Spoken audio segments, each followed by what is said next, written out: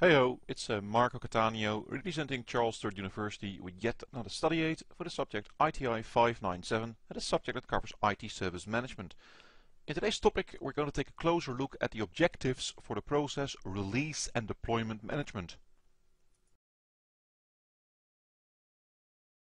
Yeah, release and deployment management, some food for thought. Are all your releases consistent? I mean, do they all look the same? Are all your releases getting properly tested? Are they fully documented? Are they fully communicated? Are customers actually up to date and involved of what's happening? Are other IT service management processes and functions properly involved? I mean, are the relationships properly maintained? And if releases fail, are you able to back out adequately? Think about some of these questions, okay? Because it's all release and deployment management related. Yeah, release and deployment management. The goal. It says here, the goal of release and deployment management is to deploy releases into production, into the live environment, and establish effective use of the service in order to deliver value to the customer and user, and be able to hand over this new service to service operations. So release and deployment management, it's the point where we move from service transition into service operations.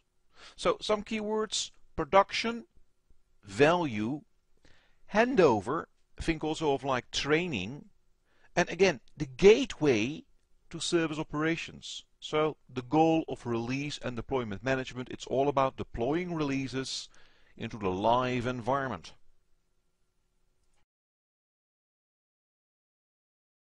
Yeah, release and deployment management, its purpose, to define and agree release and deployment plans so everyone knows exactly what's going to happen. Ensuring releases are compatible with each other and the rest of the environment.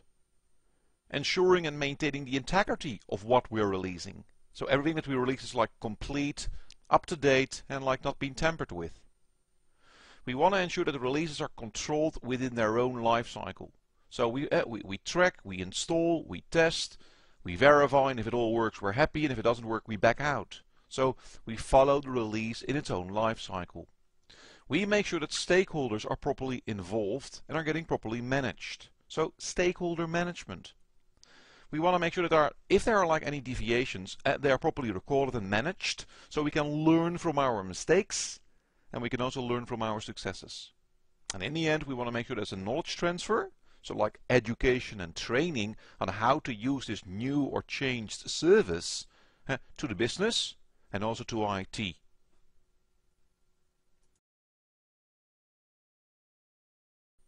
So the key slide, release and deployment management, the objectives. Now unfortunately, and if you read the ITIL book, the list of objectives is more or less the same as the list of the purpose statements. So I'm not going to repeat those again, okay? So just go back to the previous slide. So here you've got my own one-line objective. It says here, the objective of release and deployment management is to build, to test, to distribute and deploy IT infrastructure services, systems and components, covering both the technical but also the non-technical aspects, ensuring a smooth transition from the old infrastructure to the new or modified one. So again, it's about documentation, it's about training, it's about providing early life support to IT operations. And in the end, it's about handing over this service, be it a new one, be it a modified one, to service operations. Yeah, eeny, meeny, miny, mo. What do you think of my duckies? They're cute, aren't they? Hey, change management as a process, they coordinate and they approve all change. Configuration management as a process, they manage the information that pertains to all the configuration items that are affected by that change. Release management, well, they actually build and test the change. I mean, in a separate environment. Builders should not be testing themselves. I mean, a writer shouldn't proofread his or her own work. So testing should be done by an independent party. And then deployment management, they like distribute and like implement the change into the life, into the production, into like the operational environment. So that's where you find like a lot of like the physical work being performed, like people walking around like with PCs and like file servers. So you've got a bit of an overview of like the key processes that you will find within like the release, control and validation set of like ITIL. Yeah, practice what you preach. Of course, it's about understanding the objectives for the release and deployment management process. So, you've got your drawings of your new kitchen approved, huh? As well as a budget and some resources. So, what comes next? Hey, someone needs to order the new kitchen components. Someone needs to remove your old kitchen. Someone needs to make sure that like the tradies, the tradespeople arrive on time. You want to make sure that people know exactly what needs to be done and the work actually gets done.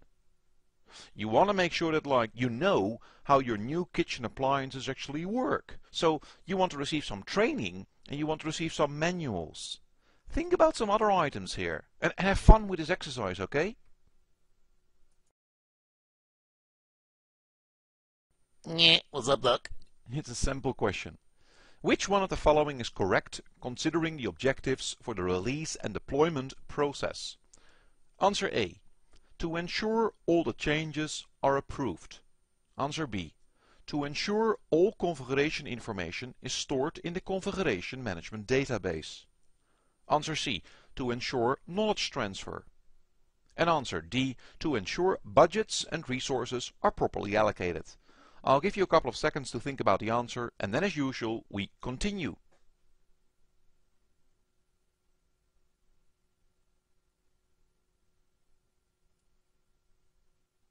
Okay, so what's the answer?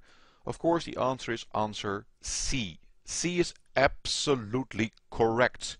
We want to ensure knowledge transfer to the customers, users and also like IT.